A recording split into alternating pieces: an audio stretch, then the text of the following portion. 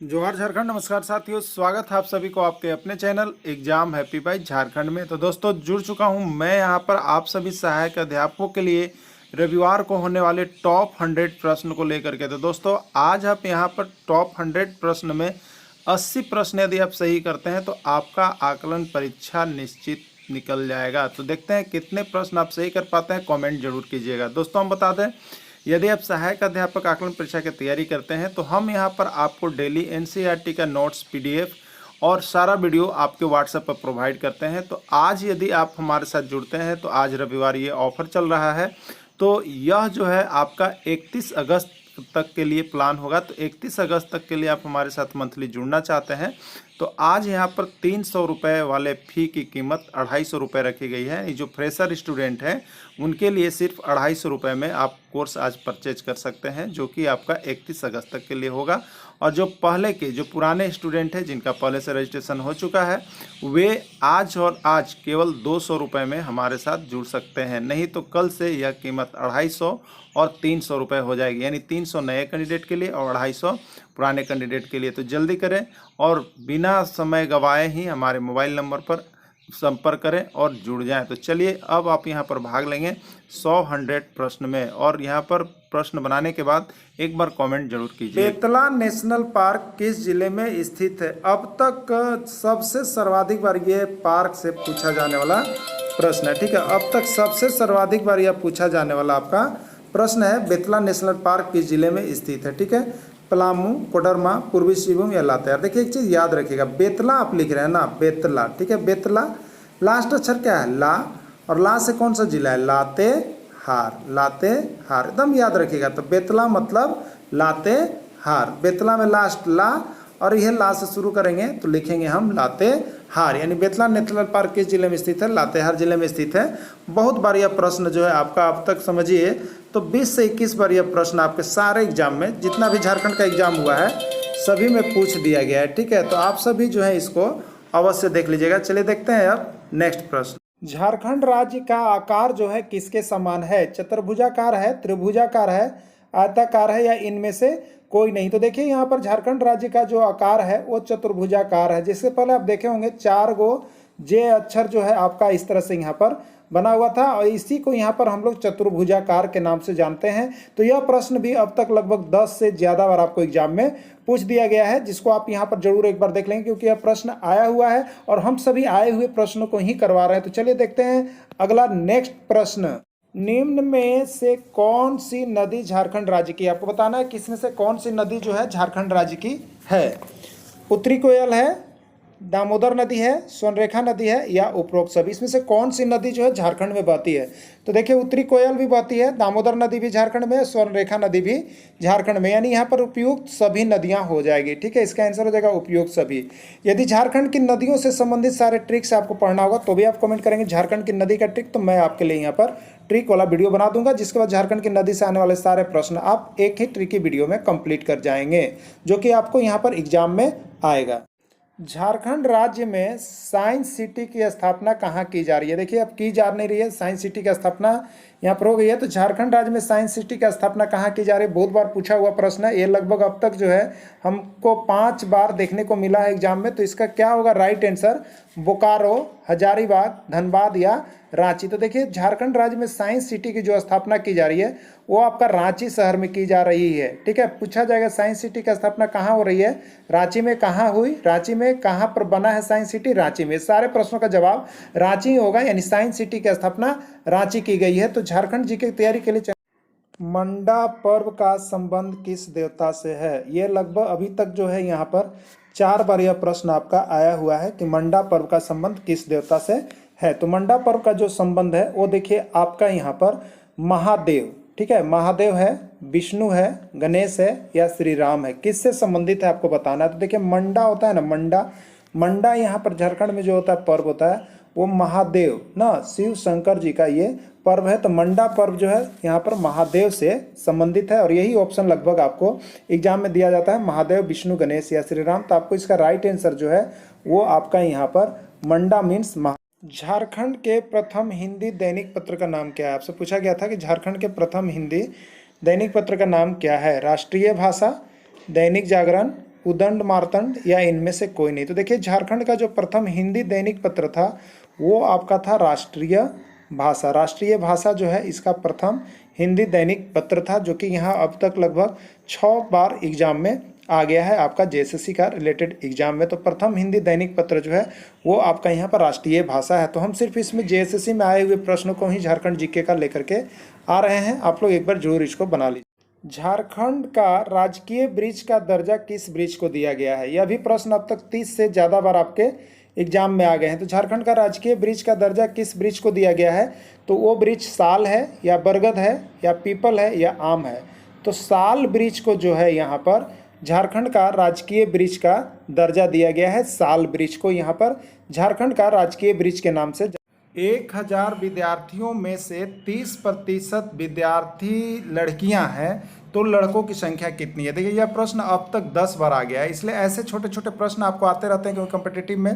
तो आपको देखिए 1000 टोटल विद्यार्थी जिसमें 30% विद्यार्थी लड़कियां हैं, तो लड़कों की संख्या बताना। तो एक बात आप याद रखते होंगे, लड़का और लड़की मिला के 100% होता है, ठीक है। इसमें 30% लड़कियां को आपने निकाल दिया, तो 100% में से 30% निकाल दिया, बच्चा कितना? 70%। ये 70% क्या है?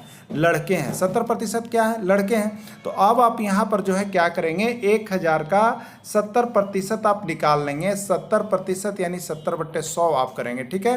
1 0 1 0 कैंसिल, 1 0 1 0 कैंसिल। अब कितना बचा? 100 और 7 को गुना करेंगे 700, यानी यहाँ पर लड़कों की संख्या कितना है? 700 है। इसमें ऑप्शन देखिए, पहला है 300, दूसरा 400, तीसरा 500 और चौथा है 700। तो यहाँ पर सही आंसर क्या हो जाएगा? 700। तो देखिए इस तरह से हम लोगों को यहाँ पर स्पीड में काम करना है, धीरे धीरे फॉर्मूला वाइज नहीं करते रहना, ट्रिकली पढ़ना है और ट्रिकली चलना है। तो सारे प्रश्नों को इसी तरह से हम यहाँ पर कवर अप करवाते रहेंगे। तो मैथ्स की तैयारी के लिए भी आप चैनल को यहाँ पर ज्वाइन कर लीजिएगा, क्योंकि इस पर आपको सारी तैयारियां करवाई जाएगी। तो चलिए देखते हैं अब अगला नेक्स्ट प्रश्न। 16 का वर्गमूल तथा 4 का वर्ग का गुणनफल ज्ञात कीजिए। ये प्रश्न जो है आपका जेएसएससी में आया हुआ है आपका 2015 में। अब आपको बता दें 16 का वर्गमूल तो 4 के वर्ग का गुणनफल क्या होगा? तो 16 का वर्गमूल देखिए, √16 वर्गमूल, इसका मान हो गया 4, और 4 का वर्ग यानी 4 का वर्ग हो गया 16, हो गया ना। अब इसका गुणनफल, ये दोनों को गुना कर दिए तो 16 चौके कितना होता है? 64, यानी इसका राइट आंसर कितना होगा? 64 होगा। 64 किस में है? तो ये लास्ट नंबर ऑप्शन आपका 64 है, तो इसका राइट आंसर जो है 64 है। तो इस तरह से ये प्रश्न आए हुए थे। सारे आए हुए प्रश्नों को हम आपको कंडक्ट करवा रहे हैं, आप सारे प्रश्नों को यहाँ पर देखते रहिएगा। राम की आय रहीम की आय से 25% अधिक है, तो रहीम की आय राम की आय से कितना प्रतिशत कम है? 100 से ज़्यादा बार अभी तक एग्जाम में यह प्रश्न आ गया। तो देखिए बनाना बहुत ही आसान है। आप देखिएगा ए से 25% अधिक है, तो रहीम की आय कितना प्रतिशत कम है? इसी तरह का प्रश्न रहेगा कि ए की आय बी की आय से 20% अधिक है, तो जस्ट उल्टा हो जाएगा कि बी की आय ए की आय से कितना प्रतिशत कम है। तो आप सबसे पहले ध्यान देखिएगा, जो प्रश्न दिया हुआ है अंक उसके साथ क्या लगा हुआ है? कम की अधिक। यदि अधिक लगा हुआ है तो देखिए इसका एक फार्मूला होता है x/100 ± x और इंटू में होता है 100। ये x क्या है? तो x यह प्रतिशत है, यहाँ पर जो दिया हुआ प्रतिशत रहता है वो होता है। तो अभी प्रतिशत पे कितना देगा? 25%। और ये प्लस और माइनस दो चीज़ आया है, तो प्लस जब अधिक कहेगा तब लीजिएगा, और माइनस जब कम कहेगा तब लेते हैं हम लोग, ठीक है। तो अब देखिए यहाँ पर हमने आपको क्या फार्मूला दिया? x/100 ± x और इंटू में क्या होता है? 100। तो x का मान कितना हो गया? 25, ठीक है। तो 25 और बट्टे 100 और प्लस लेंगे कि माइनस? तो देखिए यहाँ पर अधिक है तो प्लस लीजिएगा। 100 + 25 और इंटू क्या होता है? 100। तो इंटू में यहाँ कर दिएगा 100। तो कितना हो गया आपका? तो आप यहाँ पर देख रहे हैं आपका आ गया 25 और 100 + 25 तो 125 और इंटू में कितना हो गया? 100। तो 25 × 5 कितना होता है? 125 और 5 20 से कितना होता है? 100। तो कितना हो जाएगा आपका? 20, यानी इसके साथ प्रतिशत 20% यहाँ पर जो है कम होगा। तो 20% इसमें कहाँ पर दिया हुआ है? तो ए नंबर में दिया हुआ है। तो इस तरह का एक प्रश्न जो आता है वो आपका यहाँ पर जरूर आता है। अब देखिए आप यदि बनाएंगे तो आप एक प्रश्न को कमेंट करके दिखाइएगा यहाँ पर कि राम की आय रहीम की आय से यहाँ पर जो है 25% कम। देखिए अधिक की जगह पर कम कर दिए हैं, कम है, तो रहीम की आय राम की आय से कितना प्रतिशत कम के जगह पर अधिक होगा? जस्ट उल्टा होता है, अगर वहाँ कम दिया तो यहाँ अधिक देगा, यहाँ अधिक दिया तो यहाँ कम देगा। तो इसको आप कमेंट करके बताइएगा कि क्या इसका राइट आंसर होगा। चलिए अब देखते हैं अगला। झारखंड का शिमला किससे कहा जाता है? रांची, धनबाद, देवघर या बोकारो? अब यहाँ पर हम बात कर लेंगे जेएसएससी का। तो जेएसएससी में अब तक यह 5 बार प्रश्न आपका आ गया है, लगभग हर एग्जाम में देखिएगा तो आपको मिल जाता है। उसके बाद यह जेटेट का भी प्रश्न है। तो झारखंड में आए हुए सभी प्रश्नों का समावेश किया जा रहा है। आप सभी को देखिएगा तो रांची होगा कि धनबाद होगा कि देवघर की बोकारो, तो इसका राइट आंसर है झारखंड का शिमला जो है वो आपको रांची को कहा जाता है। देखिए इसमें 2 तरह के प्रश्न होते हैं जो कि बहुत कंफ्यूज करते हैं, ठीक है।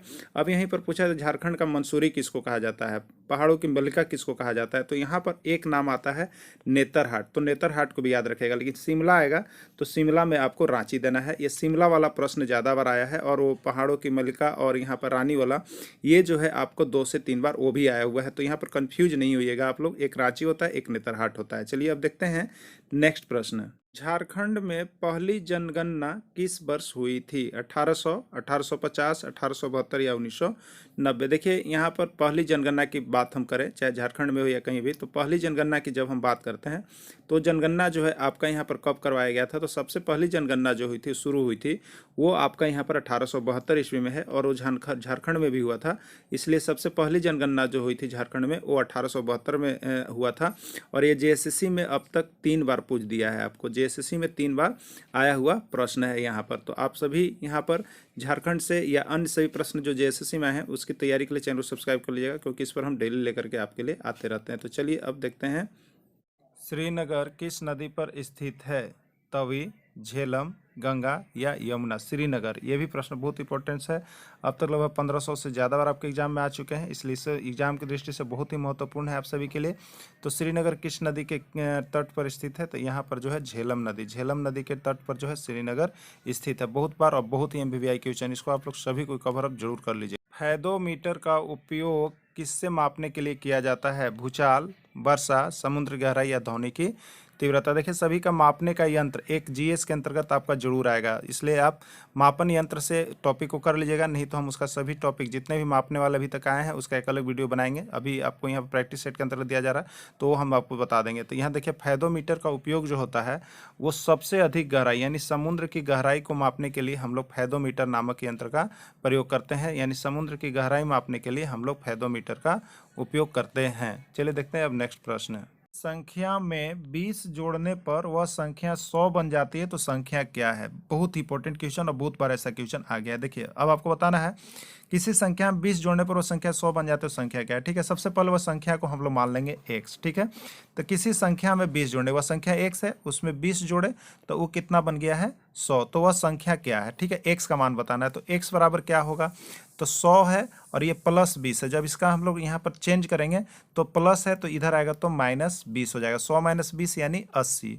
तो वह संख्या जो है आपका 80 है। इसमें 80 कहाँ है, डी नंबर ऑप्शन है, यानी डी नंबर ऑप्शन आपका बिल्कुल सही है। तो इस तरह से हम बहुत ही जल्द यहाँ पर कैलकुलेट कर लेंगे। अब देखेंगे नेक्स्ट प्रश्न। दिल्ली के किस सुल्तान ने रक्त और लौह की नीति अपनाई थी, इल्तुतमिश, बलबन, जलालुद्दीन या फिरोज शाह तुगलक। देखिए यहाँ पर दिल्ली सल्तनत के अंतर्गत जो है यहाँ पर आपको एक प्रश्न जो है बार बार पूछा जाता है, और इसलिए इसमें सभी प्रश्नों को देख लीजिएगा, इसके सभी इंपॉर्टेंट क्वेश्चन अलग से वीडियो दिया जाएगा। तो ये प्रश्न, ये जो रक्त और लौह की नीति वाला देख रहे हैं, ये अब तक जो है 2000 से ज़्यादा बार लगभग एग्जाम में, सभी एग्जामों की बात कीजिएगा तो सभी में कहीं न कहीं यह मिलता है। तो अब देखिएगा किसने रक्त और लौह की नीति अपनाई थी, तो यहाँ पर इल्तुतमिश ऑप्शन है, बलबन है, जलालुद्दीन है या फिरोज शाह तुगलक है। तो इसका सही आंसर जो है गयासुद्दीन बलबन ने अपने राज्य में रक्त और लौह की नीति अपनाया था। ये बलबन ही जो था रक्त और लौह की नीति अपनाया था। चलिए देखते हैं नेक्स्ट प्रश्न। अगला प्रश्न है -40 + 50 - 80 + 30 का मान ज्ञात करें। अंकगणित के अंतर्गत देखिए यहाँ पर प्रश्न आपके हल्के ही आएंगे, क्योंकि बहुत ज़्यादा प्रश्न है और समय कम है। -80 + 30 का मान क्या होगा आपको बताना है। ठीक है, देखिए प्लस वाली की बात करेंगे यहाँ पर और माइनस वाली की बात करेंगे। तो माइनस में है -40 और प्लस की बात करेंगे तो प्लस में 50 है और प्लस में 30 है। प्लस प्लस वाले एक साथ जोड़ लेंगे तो 80 होगा और एक माइनस में बच गया 80। अब +80 है और -80 है, दोनों कैंसिल हो जाएगा, तो हमारे पास बचता है केवल -40।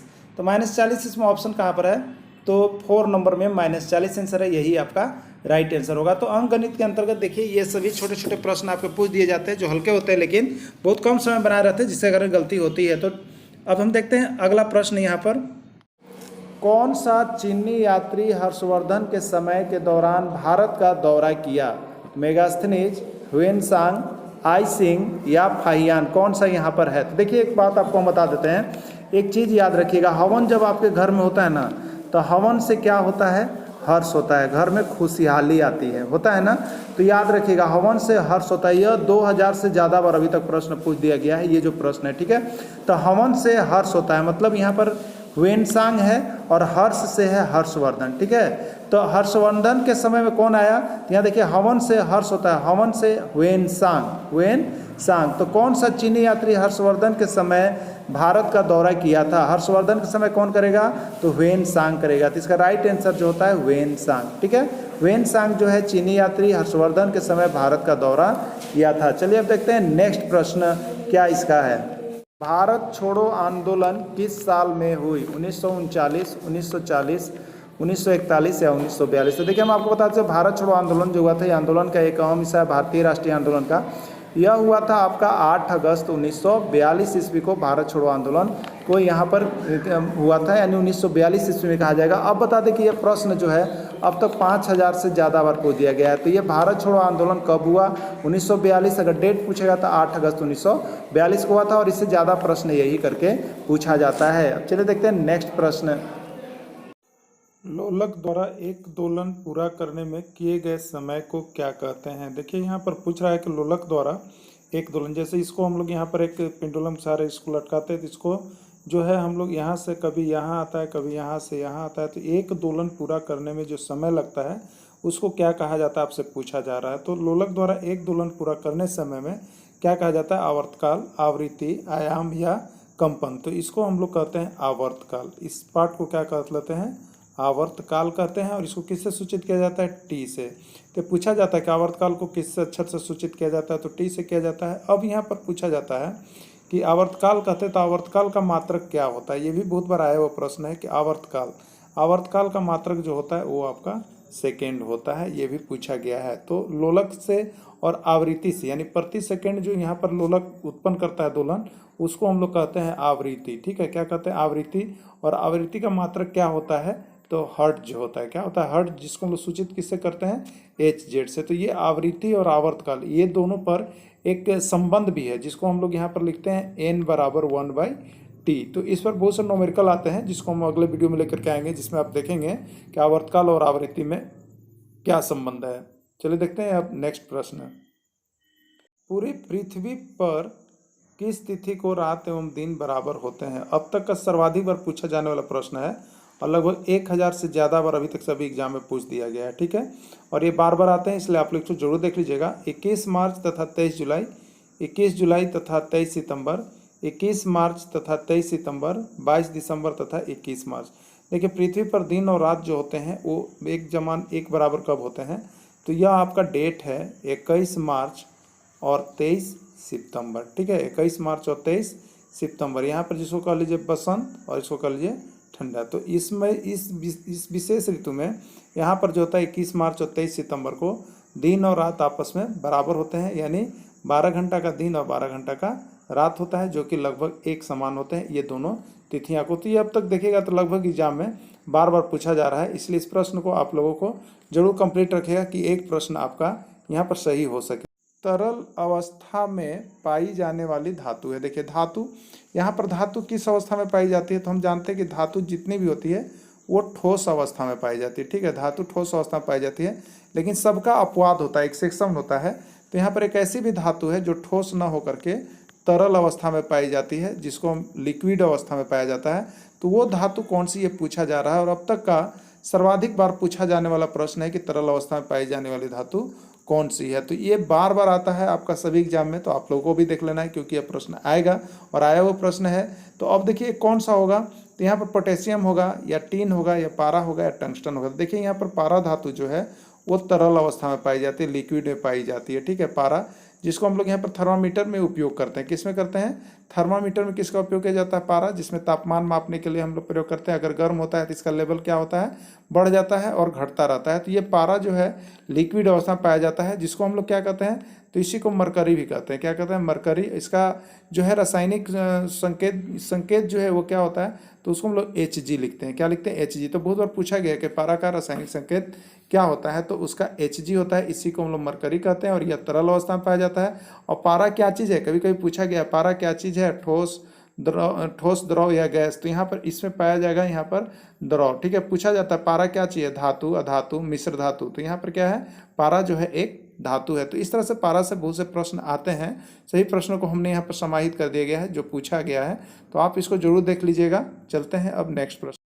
अपने अक्ष पर पृथ्वी एक चक्कर कितने समय में पूरा करती है? 24 घंटे में, 23 घंटे 56 मिनट 4 सेकंड में, 23 घंटे 30 मिनट में, या 23 घंटे 10 मिनट 2 सेकंड में। देखिए पृथ्वी जो है अपने अक्ष को एक चक्कर पूरा करने में कितना समय लेती है, तो ये बहुत बार आया हुआ प्रश्न है आपको। तो इसका आंसर हो जाता है 23 घंटा 56 मिनट 4 सेकंड में पृथ्वी जो है अपने अक्ष पर एक चक्कर पूरा कर लेती है। चलिए नेक्स्ट प्रश्न।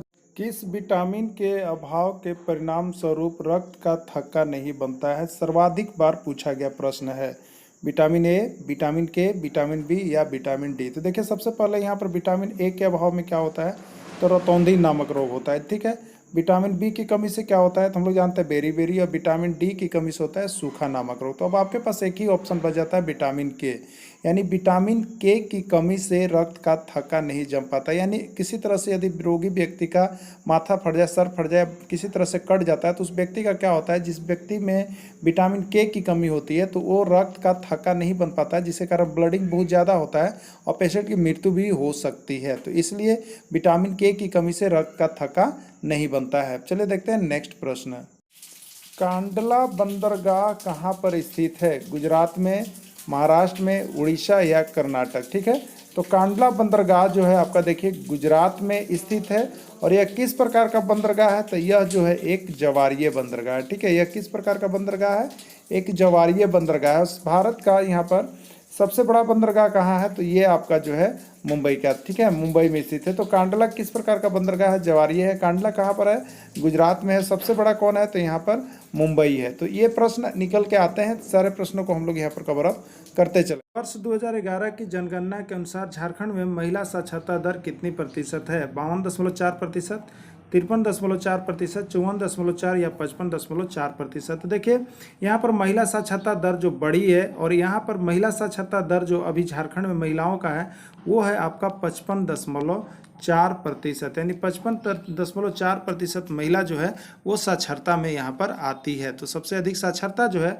वो आपका कहाँ पर है, महिलाओं का साक्षरता, तो वो आपका रांची में भी है।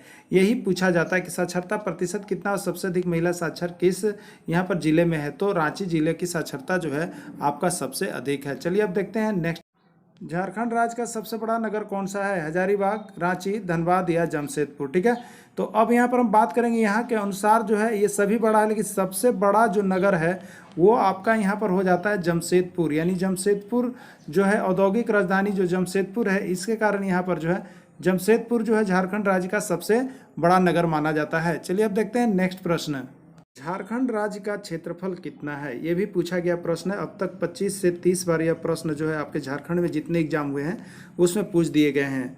79,514 वर्ग किलोमीटर, 79,614 वर्ग किलोमीटर, 79,714 वर्ग किलोमीटर या 79,814 वर्ग किलोमीटर। देखिए यहाँ पर आप याद रखिएगा एक चीज़ आपको बता रहे हैं, 7 और 7 कितना होता है, 14 होता है। ठीक है ना, 7 7 कितना होता है, 14 होता है। इसको जोड़ करके आप याद रखिएगा। तो देखिएगा एक यहाँ पर देखेंगे आप 7 7 14 किस में आ रहा है, देखिए 7 7 14, बीच में 9 सभी में है। ठीक है, बीच में 9 सभी में रहता है। तो आप याद रखिएगा 7 7 14 होता है, तो 7 7 14 बीच में 9 सभी में रहेंगे, 9 यहाँ पर दे दीजिएगा। ठीक है, तो 7 7 14 याद रखिएगा, ये आपको क्लियर हो जाएगा इससे कि इसका जो क्षेत्रफल है इतना है, ये कभी भी चेंज होने वाला नहीं है। और यह बहुत बार पूछा गया है झारखंड राज्य का क्षेत्रफल कितना है, तो कैसे याद रखेंगे, तो 7 और 7 कितना होता है, 14 होता है। ठीक है, और बीच में 9 हमेशा मिलेगा। तो देखिएगा यहाँ पर 7 7 14 ये किस में है, सी में है, और यही इसका राइट आंसर होगा। इसी तरह का यहाँ पर जो है इसका मिलता है यहाँ पर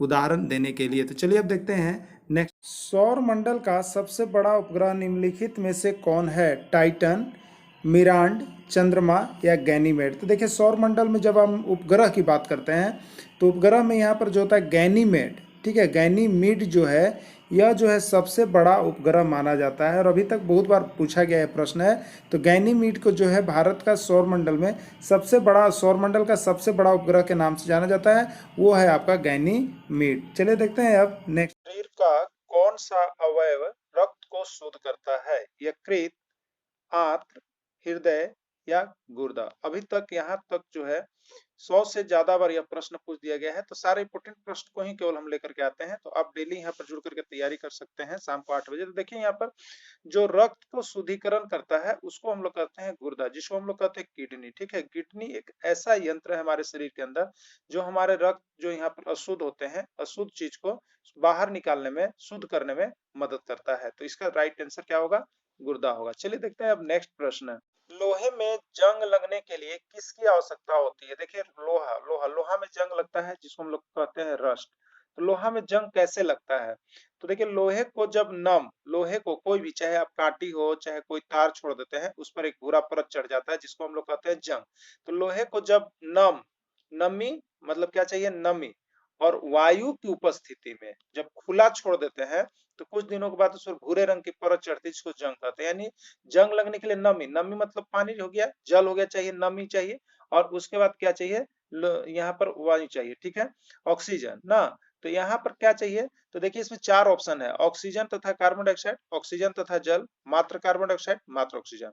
तो ऑक्सीजन और जल, जब लोहे को नम या आर्द्र वायु, ठीक है, वायु मतलब ऑक्सीजन और नमी मतलब जल, तो नमी और जल माने ऑक्सीजन और जल रहने के लिए जरूरी है लोहे में जंग लगने के लिए, तभी यहाँ पर लोहा में जंग लग पाएगा। चलिए अब देखते हैं नेक्स्ट प्रश्न। सूर्य ग्रहण होता है जब, देखिए यहाँ 2 चीज पूछा जाता है, एक आपको मून एक्लिप्स, ठीक है, चंद्र ग्रहण, और एक होता है सन एक्लिप्स जिसको हम लोग कहते हैं सूर्य ग्रहण। ठीक है, तो सूर्य का आकार आप देखते हैं धीरे धीरे बढ़ता जाता है। ठीक है, और चंद्र का आकार कैसा होता है? सेम के आकार का होता है ना ऐसा। तो चंद्र ग्रहण के लिए आप याद रख लीजिएगा सेम, चंद्र ग्रहण के लिए क्या याद रख लीजिएगा? सेम, ये ट्रिक है। ठीक है, और सूर्य ग्रहण के लिए याद रखेगा जिसे समी का पेड़ देखते हैं नीचे से ऊपर तक बढ़ते जाता है, तो ये समी है। क्या है? समी का पेड़ आप मान के चलिए। ओके, अब आप देखिएगा तो यहाँ पर सूर्य ग्रहण के लिए हमें समी याद रखना है। ओके, तो समी के लिए देखिए क्या होता है? एस एम ई, समी हुआ ना। समी, एस का मतलब है सन, एस का मतलब क्या है? सन। एम का मतलब क्या है? मून। और ई का मतलब क्या है? अर्थ, यानी जिसको हम लोग कहेंगे पृथ्वी। यानी क्या होता है? तो जब मून मतलब चंद्रमा जो है, चंद्रमा, ये मून क्या हो गया? चंद्रमा। चंद्रमा जो है वो किसके बीच में है? तो सूर्य। चंद्रमा किसके बीच में है? सूर्य। और अर्थ मतलब क्या हो गया? पृथ्वी। यानी चंद्रमा जो है जब सूर्य और पृथ्वी के बीच आ जाती है तो यहाँ पर सूर्य ग्रहण लगता है। ठीक है, तो किसमें ऑप्शन है? तो आप सी नंबर में देख रहे हैं, यहाँ पर दिया हुआ है कि चंद्रमा सूर्य तथा पृथ्वी के बीच में आ जाता है तब आपका लगता है सूर्य ग्रहण। ठीक है, तो सूर्य ग्रहण का यही आपका राइट आंसर होगा। अब चलिए देखते हैं नेक्स्ट प्रश्न। 2 क्रमागत बट्टा, क्या है यहाँ पर? ये बट्टा होगा। ठीक है, क्या है? बट्टा ना। 2 क्रमागत बट्टा 40% था 20% का समतुल्य बट्टा ज्ञात करें। 1000 से ज्यादा बारी प्रश्न आया है, एकदम समझिए कि मोस्ट इंपोर्टेंट है। ठीक है दोस्तों, अब हम आपको बता दें कि यहाँ पर परीक्षा में आपके लिए हम जो है यहाँ पर 100 प्रश्न गणित के देंगे, जिसमें से 10 प्रश्न रहेंगे उसी पर आधारित रहेंगे। यदि आपको यहाँ पर परचेज करना होगा तो जरूर बताइएगा। अभी एग्जाम नहीं है, जब भी एग्जाम आएगा तो 100 प्रश्न ऐसा देंगे जो आपको आता है और ट्रिकली रहेगा, उसमें से 10 प्रश्न आपका पक्के उसी पर आधारित प्रश्न रहेंगे। तो इस सारे प्रश्नों को हम यहाँ पर बना रहे हैं जो कि आपको नोट्स हमारे तरफ से प्रोवाइड करवाया जाएगा। तो आपको जो चाहिए नोट्स तो आप जरूर कमेंट कीजिएगा। अब देखिए यहाँ पर क्या होगा, तो इस तरह का रहेगा 3 क्रमागत बट्टा 40%, 20%, 50% का समतुल्य बट्टा ज्ञात करें। 4 क्रमागत बट्टा 30%, 20%, 40%, 50% का समतुल्य बट्टा ज्ञात करें। तो इस समतुल्य बट्टा से एक प्रश्न आपका रहता है। देखिए इसके लिए ट्रिक क्या होता है, इसके लिए आप क्या कीजिएगा? 100, क्या कीजिएगा? 100 माइनस ये जो बट्टे की राशि दी हुई है ना, उसको 100 में से घटा लीजिएगा। ठीक है, तो बची हुई राशि, ठीक है, बची हुई राशि प्रतिशत और बट्टा होता है 100। ठीक है, अब क्या करेंगे? तो देखिए 100 माइनस 40% निकल गया, बट्टा 40% दे दिया गया तो बच्चा कितना? 60। 20% दे दिया गया तो बच्चा कितना? 80। तो बची हुई राशि का प्रतिशत हमने बोला था, अब बट्टा क्या कर देना है? 100। अब क्या हो गया? 100 माइनस, जब आप इसको हल करेंगे तो कितना आ जाएगा आपको देखेंगे? 1 0 से 1 0, 1 0 से 1 0, 100 माइनस हो गया 48। ठीक है, 100 में से 48 आप घटा लेंगे तो आएगा आपको 52%, और यही हो जाएगा आपका आंसर। तो इस तरह के प्रश्नों को आप यहाँ पर सॉल्व कर लेते हैं, जिसमें 100 प्रश्न है, उसी टाइप पर आपका प्रश्न होंगे जिसमें गणित में आप अच्छे अंक ला सकते हैं। तो इसको परचेज करने के लिए हम नोट्स को यहाँ पर बना रहे हैं। यदि आप उसको नोट्स को चाहिए तो आप यहाँ से खरीद सकते हैं, जो कि आपको बहुत जल्द मिलेगा। तो यदि आपको नोट्स खरीदना है गणित का तो आप जरूर कमेंट कीजिएगा, हम आपको यहाँ पर नोट्स प्रोवाइड करवाएंगे। चलिए देखते हैं अब नेक्स्ट प्रश्न। झारखंड के प्रथम राज्यपाल कौन थे? प्रभात कुमार, बाबूलाल मरांडी, इंदर सिंह नंदारी या स्टीफन मरांडी, कौन थे? देखिए यह प्रश्न जो है अब तक आप कहिएगा झारखंड के किसी भी एग्जाम को आप दिए होंगे तो अब तक यह 10 बार से ज़्यादा बार आ गया है। ठीक है, तो ये झारखंड के प्रथम राज्यपाल कौन थे, यानी प्रथम बार जब झारखंड बना तो उसमें राज्यपाल जो बनाया गया था वो आपके थे प्रभात कुमार। तो बहुत बार आया हुआ प्रश्न है, तो आप ऐसे प्रश्न को जरूर देख लीजिएगा। चलिए देखते हैं नेक्स्ट प्रश्न। झारखंड विधानसभा के प्रथम उपाध्यक्ष कौन थे? विश्वेश्वर खान, बाबूलाल मरांडी, मधु कोड़ा या बागुन सुमरई। यह प्रश्न अब तक झारखंड के एग्जाम में एक बार आया हुआ है आपका, और वो जेएसएससी में आया हुआ है। इसका राइट आंसर जो होगा यहाँ पर आपका बागुन सुमरई। ठीक है, बागुन सुमरई जो थे वो झारखंड विधानसभा के प्रथम उपाध्यक्ष थे। अगला प्रश्न है आपका कि 500 रुपए की राशि को राम और रहीम के बीच 3:2 में बांटा जाता है तो राम की राशि कितनी है? देखिए टोटल राशि कितनी दी हुई है आपको? 500, टोटल 500 है। अब देखिए राम को कितना मिला है, तो राम को 3 भाग। राम को कितना मिला है? 3 भाग। और रहीम को कितना मिला है? रहीम को मिला है 2 भाग, यही मिला है ना। और इसी को 3:2 में बांटा गया है। तो देखिए इस तरह का एक प्रश्न अभी तक जेएसएससी की बात करेंगे तो यह 10 से ज़्यादा बार आ गया है, लेकिन अन्य किसी का बात कीजिएगा तो ये 100 से भी ज़्यादा बार आया हुआ प्रश्न और एक प्रश्न आता है, और इसको 1 सेकेंड से ज़्यादा नहीं लगता। देखिए क्या कीजिएगा आप, अब यहाँ पर किसी का भी बताना है, अगर राम का बताना है या रहीम का बताना है, राम की राशि बताना है तो यहाँ पर क्या कीजिएगा, यहाँ पर आप कर लीजिएगा राम का अनुपात। ठीक है, राम का अनुपात बट्टे कुल अनुपात कर लीजिएगा। क्या कर लीजिएगा? कुल अनुपात, जो भी होता है कुल अनुपात, और इनटू यहाँ पर कर लीजिएगा दी गई राशि। ठीक है, तो राम का देखिए जो 500 रुपए के राम और रहीम के बीच, तो शुरू राम है तो राम का 3 है, और रहीम है तो रहीम का 2 है। तो अब आप क्या करेंगे, तो यहाँ पर देखिए अब आपको करना है राम का राम अनुपात, तो 3 हो गया। ठीक है, राम का कितना है? 3 है। और टोटल, तो टोटल अनुपात कितना हो गया? 3 और 2, इसको जोड़ लीजिएगा तो 3 और 2 कितना हो गया? 5। और गुने कुल राशि, तो कुल राशि कितना में से आपको यहाँ पर डिसीजन करना था? 3:2 500, तो ये हो गया 500। इस तरह से आप कर लेंगे। अब 5 से 500 को काटेंगे, कितने बार में कटेगा? 100। यानी अब बचा आपके पास 3 गुने 100, तो 3 गुने 100 कितने कीजिएगा तो कितना आएगा? 300। ये 300 राशि किसके लिए आ रही है? देखिए आपने राम का अनुपात यहाँ पर किया है, राम का अनुपात 3 है, तो राम का किया है तो 3, यानी 300 जो रुपए की राशि आ रही है वो राम के लिए आ रही है। यानी 500 रुपए में राम को कितना भाग मिलेगा? तो 300 रुपए राम को मिलेगा, तो बाकी कितने बच गए? 200। तो 200 रुपए किसको मिलेंगे? रहीम को। तो इसी तरह से देखिए इसका जिसका भी भाग निकालना है उसका अनुपात ऊपर और बट्टे कुल अनुपात कर दीजिएगा, तो 3 और 2 5 हो गया, और गुने कुल राशि। इस तरह से आप जब आप बनाएंगे तो आपको यहाँ पर जो है क्लियर हो जाएगा। और आपके इस तरह के प्रश्न एगो हमेशा एग्जाम में रहेंगे, तो ऐसा देख लीजिएगा। लास्ट में हम आपको यहाँ पर प्रश्न भी देंगे जिसका आपको कमेंट करना होगा, तो आप जरूर यहाँ पर लास्ट तक वीडियो देखिएगा। और डेली यहाँ पर जुड़े रहने के लिए आप कमेंट कीजिएगा कि डेली आपको यदि मैथ का वीडियो चाहिए तो आप कमेंट कीजिएगा कि सर डेली दीजिए, तो हम आपके लिए डेली लेकर के आएंगे। इसलिए वीडियो देख करके कमेंट करना नहीं भूलिएगा। चलिए अब देखते हैं नेक्स्ट प्रश्न। कॉट ए बराबर 12/5, तो साइन ए का मान ज्ञात कीजिए। तो देखिए ट्रिगोनोमेट्री के अंतर्गत यह प्रश्न आता है, त्रिकोणमिति के अंतर्गत। आप क्लास 10 और में इसको देख सकते हैं। अब देखिए यहाँ पर त्रिकोणमिति के अंतर्गत जब है तो यहाँ पर आप जानते होंगे कॉट थीटा बराबर होता है यहाँ पर आधार बट्टा लंब। ठीक है, आधार बट्टा लंब होता है। ये दिया कितना है? 12/5, यानी कहने का मतलब b जो हो जाएगा वो 12 हो जाएगा, और p जो हो जाएगा यहाँ पर 5 हो जाएगा। तो देखिए इस तरह का प्रश्न जब भी रहे, कोट ए बराबर साइन ए बराबर दिया हुआ रहे, तो आपको यहाँ पर p, b और h में एक संबंध होता है। तो h बराबर आप निकाल लीजिए। तो h बराबर क्या होता है? कर्ण होता है। h को हम लोग कर्ण कहते हैं, और h बराबर होता है p² प्लस b²। इसका मान निकाल लीजिएगा। तो अब देखिएगा h बराबर क्या हो गया? h बराबर आपका हो गया √p² प्लस b²। तो p आपका कितना है? तो p आपका है देखिए यहाँ पर p, कोट ए यही था ना, तो यहाँ पर हो जाता है आपका b/p। ठीक है, b/p। तो b आपका है 12 और p है 5, तो 5 का स्क्वायर प्लस हो जाएगा 12 का स्क्वायर। 5 का स्क्वायर कितना होता है? 25। 5 का स्क्वायर कितना होता है? 25 होता है। ठीक है, 25 और 12 का स्क्वायर 144। 25 और 144 को जोड़िएगा तो 169 होगा, और 169 का जब आप वर्गमूल निकालिएगा तो 13 आ जाएगा, यानी एच का मान कितना आ गया, 13 आ गया। अब आपके पास सारा मान निकल गया। अब इसके बाद अगर साइन ए पूछता है, कोस ए, टेन ए, कुछ भी पूछता है तो आप निकाल सकते हैं, ठीक है। अब देखिए यहाँ पर आपसे पूछा क्या गया है, साइन ए यानी साइन थीटा बराबर होता क्या है, लंब बटा कर्ण, यानी p/h होता है, ठीक है। तो आपको देखिए यहाँ कोट ए दिया हुआ है ना, कोट ए बराबर b/p होता है, ठीक है, b/p होता है। तो b आपका था 12 और p आपका था यहाँ पर 5। अब साइन ए बराबर p/h, तो p आपका कितना है, तो देखिए यहाँ पर p 5 है, कितना है आपका, p 5 है ना, और h कितना है, 13 है। तो अब यहाँ पर आपका जो है, यहाँ पर h p/h यानी हो जाएगा आपका 5/13। तो इसमें देखना है कि ऑप्शन आपको 5/13 कहीं है कि नहीं। तो इसमें से कोई ऑप्शन जो है 5/13 नहीं है, इसलिए इसमें से कोई भी आंसर नहीं होगा। वर्ग और आयत का क्षेत्रफल आपस में बराबर है।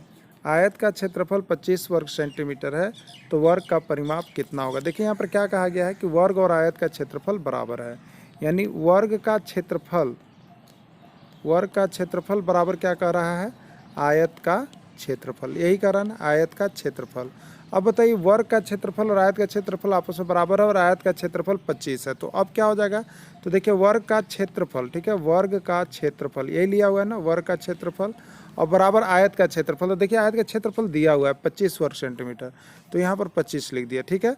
वर्ग का क्षेत्रफल क्या होता है, ए स्क्वायर, यानी भुजा का स्क्वायर बराबर कितना होता है, 25, इसलिए भुजा बराबर कितना हो गया, स्क्वायर हटाइएगा तो इधर बैठेगा रूट, यानी 25 का वर्गमूल कितना हो गया, 5, और इस सेंटीमीटर इसलिए 5 सेंटीमीटर हो जाएगा, ठीक है। तो आपको वर्ग का भुजा निकल गया है 5 सेंटीमीटर। निकालना क्या है, वर्ग का परिमाप कितना होगा। तो देखिए वर्ग का परिमाप क्या होता है, तो आप लोग जानते होंगे वर्ग का परिमाप, ठीक है, वर्ग का परिमाप बराबर क्या होता है, तो बराबर होता है 4 गुने भुजा होता है ना। अब देखिए 4 गुने भुजा कितना आ गया है आपका, तो भुजा आपका आया था 5, 4 गुने 5 यही आया ना।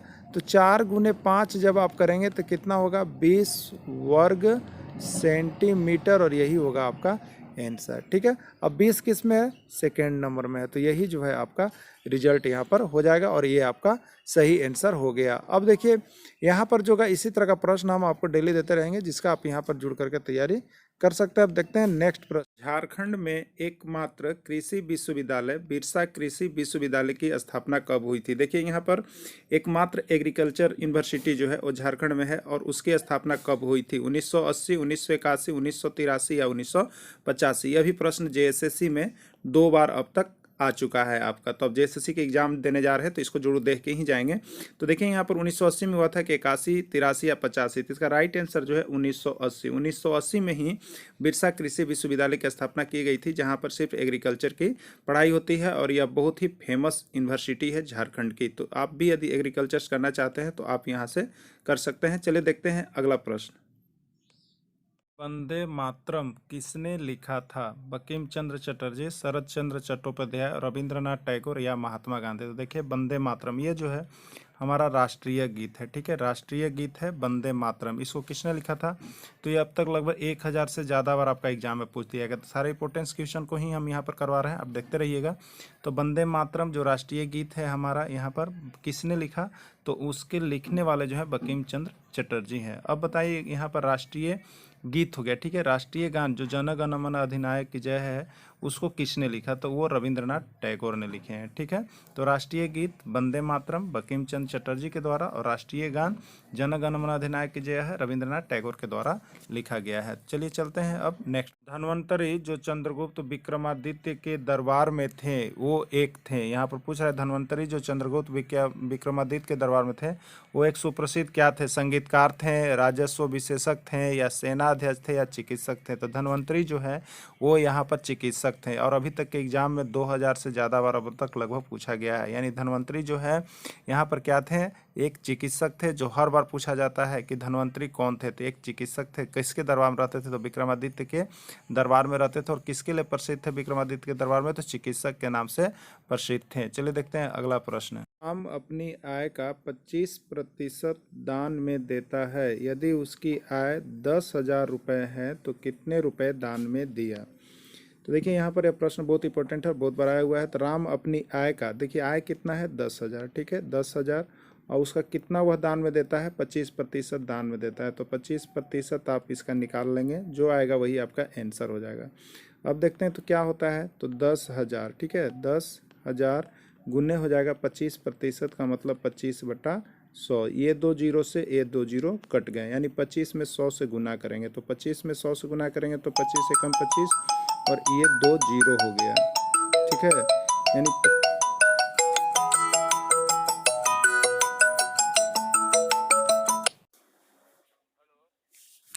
हेलो। धारा का एसआई मात्रक निम्नलिखित में से क्या होगा, कैंडिला, वोल्ट, एम्पियर या फैराडे। तो यहाँ पर देखिए विद्युत धारा का जो एसआई मात्रक है वो आपका है एम्पियर। अब मैं बता दूँ ये विद्युत धारा का एसआई मात्रक जो है, अभी तक किसी भी एग्जाम में जाइएगा तो मात्रक से, यूनिट से एक प्रश्न आपका जरूर पूछ दिया जाता है। तो विद्युत धारा का एसआई मात्रक एम्पियर होगा।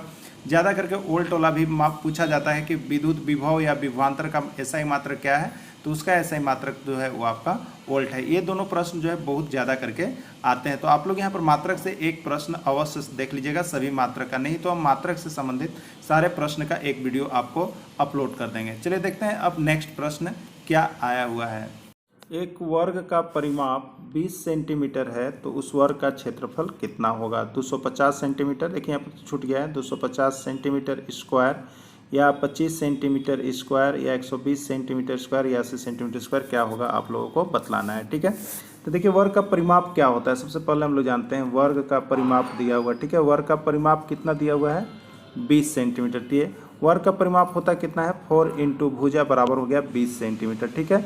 हम देखिए इधर गुना में है और इधर बराबर में है तो हम ऊपर ऊपर काट सकते हैं। 4 से ये 20 कटेगा, कितने बार में, 5 बार में, यानी ए बच गया तो ए बराबर हो गया 5 सेंटीमीटर, ठीक है। यानी ए क्या चीज़ है, ए भुजा है, ठीक है। तो भुजा कितना निकल गया आपका, 5 सेंटीमीटर निकल गया।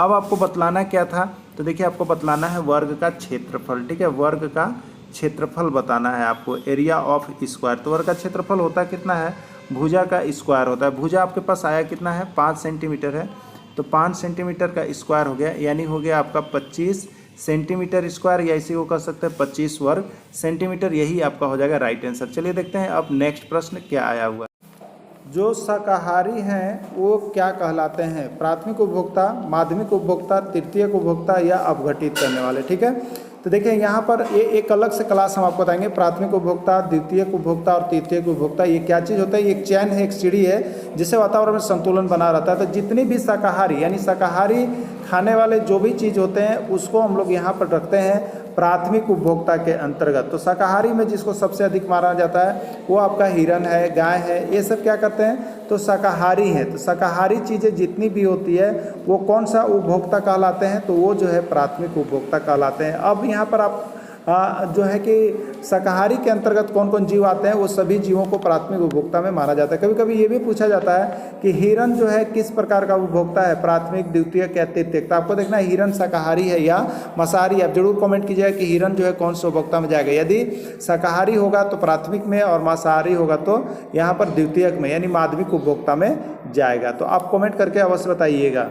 चलिए अगला प्रश्न, जीडीपी का असंक्षिप्त रूप क्या है, gross daily product, gross domestic product, gross domestic product और ग्रेट डेली प्रोडक्ट, क्या इसमें से सही होगा। देखिए यह जो प्रश्न है बार बार आपका एग्जाम में पूछा जाता है। एक जीडीपी की बात कर लीजिए और दूसरा जीएसटी की बात कर लीजिए। ये दोनों प्रश्न जो है बार बार आपका इसका फुल फॉर्म एग्जाम में पूछ दिया जाता है। और जीडीपी तो ये बहुत पहले से आ रहा है, तो ये अभी तक लगभग देखिएगा तो आपको 500 से ज़्यादा बार एग्जाम में पूछा गया है। अब इसका मतलब क्या होता है, तो यहाँ पर जीडीपी का फुल फॉर्म क्या होता है इस चारों में, तो इसको हम लोग कहते हैं ग्रॉस, ठीक है। क्या कहते हैं, ग्रॉस। और डी से होता है डोमेस्टिक और पी से होता है प्रोडक्ट, यानी ग्रॉस डोमेस्टिक प्रोडक्ट जो है ये बी में ऑप्शन है। या इसी को हम लोग ये तो अंग्रेजी में हो गया ग्रॉस डोमेस्टिक प्रोडक्ट हम लोग जो लिखा हुआ है, लेकिन इसी को हिंदी में यदि आप कहेंगे तो कभी आप पढ़े होंगे इकोनॉमिक्स के अंतर्गत सकल घरेलू उत्पाद, इसी को कहते हैं सकल घरेलू उत्पाद, ग्रॉस डोमेस्टिक प्रोडक्ट, जो कि बार बार आता है। इसको आप लोग जरूर देख लीजिएगा। तो चलिए चलते हैं नेक्स्ट क्वेश्चन की ओर। राज्यसभा के 245 सदस्यों में से कुल कितने निर्वाचित सदस्य होते हैं, ठीक है। राज्यसभा के 245 सदस्यों में से कुल कितने निर्वाचित सदस्य होते हैं, 220, 233, 230 या 215। देखिए जो 245 सदस्य होते हैं उसमें 233 सदस्य जो हैं वो निर्वाचित होते हैं, ठीक है, क्या होते हैं, निर्वाचित होते हैं। और 12 सदस्य जो है मनोनीत होते हैं, 12 सदस्य क्या होते हैं, मनोनीत होते हैं, ठीक है। तो यहाँ पर 233 किस में आया है, बी नंबर ऑप्शन में आया है। तो 245 सदस्य होंगे तो 233 निर्वाचित होंगे और 12 सदस्य जो है वो मनोनीत होंगे, इसलिए उसको हम लोग मनोनीत सदस्य कहते हैं, यानी 233 निर्वाचित सदस्य होंगे, जो कि आंसर इसका बी सही होगा। चलिए देखते हैं अब नेक्स्ट प्रश्न। निम्नलिखित में से कौन एक तारा है, चंद्रमा, शुक्र, पृथ्वी या सूर्य। देखिए ये बार बार आने वाला प्रश्न है आपका, जो हर बार एग्जाम में यहाँ पर पूछा जा रहा था, केवल बार बार आने वाले प्रश्नों का हमें रिपीट करवा रहा है। तो आपका आंसर क्या है, आप जरूर कमेंट कीजिएगा। तो देखिए इसका सही आंसर जो होगा सूर्य है, ठीक है। हमारा सूर्य भी क्या है, एक तारा है। कभी कभी देखिए इससे प्रश्न पूछा जाता है कि हमारा सूर्य जो है वह एक क्या है, जस्ट उल्टा, निम्नलिखित में से कौन एक तारा है, तो सूर्य इसका आंसर हो गया।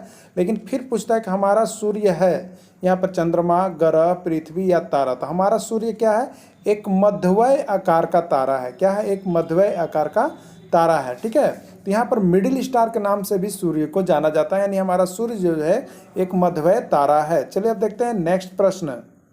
शिक्षा का अधिकार अधिनियम किस आयु तक के बच्चों के लिए निःशुल्क और अनिवार्य शिक्षा का प्रावधान करता है, 14 वर्ष, 15 वर्ष, 16 वर्ष या 18 वर्ष। अब तक यह प्रश्न जो है 500 से ज़्यादा बार पूछ दिया गया है। तो अब देखिए यहाँ पर शिक्षा का अधिकार अधिनियम के तहत 6 से 14 वर्ष तक के बच्चों को निःशुल्क एवं अनिवार्य शिक्षा का प्रावधान किया गया है। तो यहाँ पर राइट आंसर 14 वर्ष होगा, ठीक है। और यह जो है 86वां संविधान संशोधन, ये भी पूछता है कि शिक्षा का अधिकार अधिनियम जो है कौन सा संविधान संशोधन के तहत किया गया है। तो 86वां संविधान संशोधन अधिनियम 2002 के तहत किया गया है, जिसमें 6 से 14 वर्ष के लिए निःशुल्क और अनिवार्य शिक्षा का प्रावधान किया गया है। तो ये भी प्रश्न पूछा जाता है। तो सभी चीज़ों को यहाँ पर कौन सा संविधान संशोधन था 86वां और 2002 के तहत किया गया, तो ये प्रश्न आए हुए हैं, इस सभी को आप लोग यहाँ पर देख लेंगे। चलिए देखते हैं कि किस राज्य में सर्वाधिक खनिज का उत्पादन होता है, कर्नाटक, महाराष्ट्र, उड़ीसा या झारखंड। तो हम आपको बता दें, भारत का झारखंड एक ऐसा राज्य है जहां पर सर्वाधिक खनिज का उत्पादन होता है, यानी झारखंड को खनिज भंडार का क्षेत्र भी कहा जाता है और छोटा नागपुर को सबसे ज़्यादा कहा जाता है। तो भारत के किस राज्य में सर्वाधिक खनिज का उत्पादन होता है, तो अब आपको क्लियर हो गया होगा कि भारत में झारखंड राज्य को सर्वाधिक खनिज का उत्पादन होता है, या खनिज भंडार का घर भी कहा जाता है। चलिए देखते हैं नेक्स्ट प्रश्न अब इसका। भारत की आज़ादी के समय कांग्रेस के अध्यक्ष कौन थे? Who was the president of Congress at the time of India independence? Mahatma Gandhi, Jawaharlal Nehru, GB Kripalani या सरदार पटेल, कौन थे? तो देखिए यहाँ पर ये भारत के आज़ादी में कांग्रेस के अध्यक्ष अब तक जो है यहाँ पर 100 से ज़्यादा बार प्रश्न पूछा गया है। तो इसका राइट आंसर जो होगा वो आपका होगा जीबी कृपलानी। जीबी कृपलानी जो हैं वो आपके भारत की आज़ादी के समय कांग्रेस के अध्यक्ष थे। तो चलिए अब देखते हैं नेक्स्ट प्रश्न। प्रथम वित्त आयोग के अध्यक्ष कौन थे? Who was the chairman of the first finance commission? देखिए यह प्रश्न सर्वाधिक बार पूछा गया, सबसे अधिक बार पूछा गया है कि प्रथम वित्त आयोग, ठीक है, फाइनेंस कमीशन जो थे वो कौन थे आपका, ठीक है। केसी नियोगी, एन के पी साल्वे, केसी पंत या के संथानम, कौन थे प्रथम वित्त आयोग के अध्यक्ष? तो देखिए इसका सही आंसर जो होगा वो आपका है केसी नियोगी, ठीक है। केसी नियोगी जो थे वो प्रथम वित्त आयोग के अध्यक्ष थे, जिसका राइट आंसर फर्स्ट होगा केसी नियोगी, ठीक है। ए इसका राइट आंसर होगा। आप लोग सभी देख लेंगे क्योंकि बहुत बार आया हुआ प्रश्न है। चलिए देखते हैं नेक्स्ट। खाने के सोडा का रासायनिक नाम क्या है? अब तक आपको बता दें जीएस के अंतर्गत 5000 से ज्यादा बार पूछने वाले प्रश्न पूछा गया प्रश्न है। आप किसी भी एग्जाम को दे रहे होंगे तो आपको ये सोडा वाला जरूर मिलता है जीएस के अंतर्गत। तो इसका क्या आंसर होगा?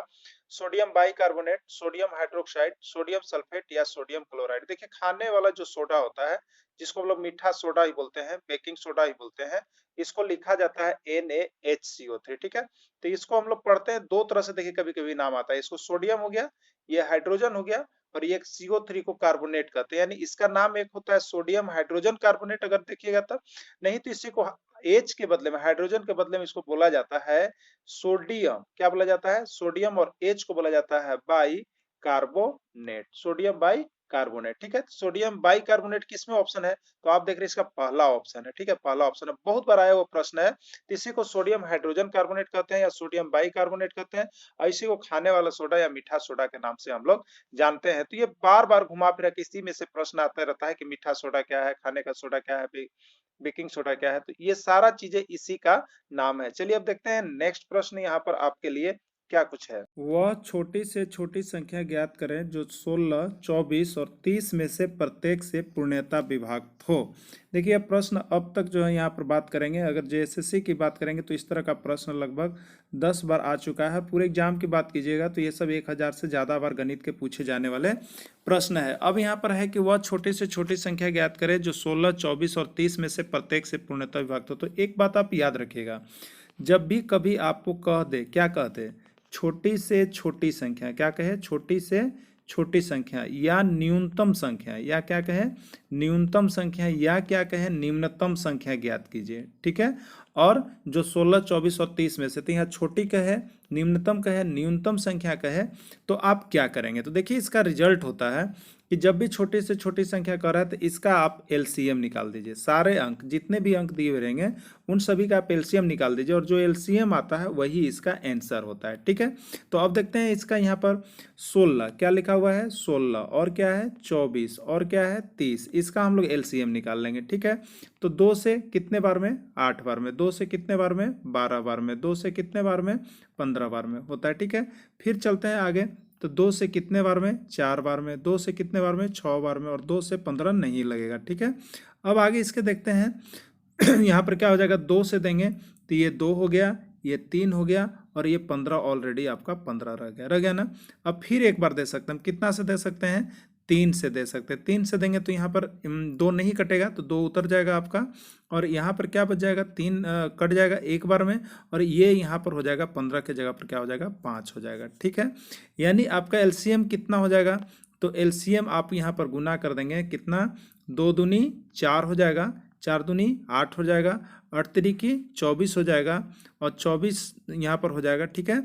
और उसके बाद यहाँ पर क्या बच जा रहा है आपका, तो यहाँ पर बच जा रहा है आपका 2, ठीक है। 24 दूनी 48 हो जाएगा, और 48 और यहाँ पर बच गया 5, यानी 48 गुने 5 आप कर दीजिएगा, क्या कर दीजिएगा, 48 गुने 5 जब आप करेंगे तो 5 अट्ठे 40, और 4 पचे 20, और 4 कितना हो जाएगा 24, यानी 240 इसका आंसर हो गया। यानी 240 वह संख्या है जिसमें आप 16 से भी भाग लगाइएगा तो ये 240 कटेगा, 24 से भी भाग लगाइएगा तो 240 कटेगा, और 30 से भी भाग लगाइएगा तो 240 कट जाएगा। तो यही इसमें बोला जाता है। तो आप लोग क्या करेंगे, 16, 24 और 30 का एलसीएम निकाल के देख लीजिएगा आपका 240 आता है कि नहीं, तो यही राइट आंसर हो जाएगा। तो ये किस में है, तो ये आपका फर्स्ट में है 240, तो यही इसका राइट आंसर होगा। चलिए अब देखते हैं नेक्स्ट प्रश्न। एक दुकानदार फल खरीदने और बेचने दोनों में 20% तक धोखा देता है, तो उसका लाभ प्रतिशत क्या है। देखिए यह प्रश्न जो है अभी तक 1000 नहीं 10,000 बार कहिए, ये कोई भी कंपटीशन में पूछता है, ठीक है। तो दोस्तों बता दें, इसी तरह का आपको यदि ट्रिकी मैथ पढ़ना होगा तो हम यहाँ पर 100 ऐसे प्रश्न ट्रिकी बनाए हैं जो कि आपको उसी पर आधारित प्रश्न आएंगे, और जिसमें आपको मैथ में लगभग प्रश्न मिलेंगे। तो यदि आपको इसको परचेज करना होगा, खरीदना होगा, तो आप जरूर कमेंट कीजिएगा कि आप दीजिए, तो हम आपके लिए ऐसे नोट्स को यहाँ पर प्रोवाइड करवाएंगे, लेकिन आपका कमेंट जरूरी होगा। तो अब देखिए यहाँ पर फल बेचने दोनों में धोखा देता है, इसका फॉर्मूला क्या होता है, तो फल खरीदने और ये हो गया फल बेचने, ठीक है। अब प्लस क्या हो जाएगा, फल खरीदने गुने बेचने, और बट्टा में हो जाएगा 100, ठीक है। तो फल खरीदने और बेचने दोनों में 20% है, तो क्या हो जाएगा आपका 20 + 20, ठीक है, 20 + 20, अब प्लस में क्या हो जाएगा 20 गुने 20, और बट्टा में हो जाएगा 100, ठीक है, लिख सकते हैं हम। अब देखिए 20 + 20 किए तो कितना आ गया 40, + 20 गुने 20 किए तो कितना हो गया 400, और बट्टा में कितना था आपका 100, 100 से ही 400 कितने बार में कटेगा 4 बार में। अब जोड़ लीजिएगा तो ये 40 और ये 4 कितना हो गया 44, यानी 44% इसका आंसर होगा। उसका लाभ कितना हो जाएगा 44% हो जाएगा, जो कि इसका राइट आंसर होगा 44%, ये हो जाएगा। तो आप परचेज करने के लिए जरूर कमेंट कीजिएगा। चलिए देखते हैं नेक्स्ट प्रश्न।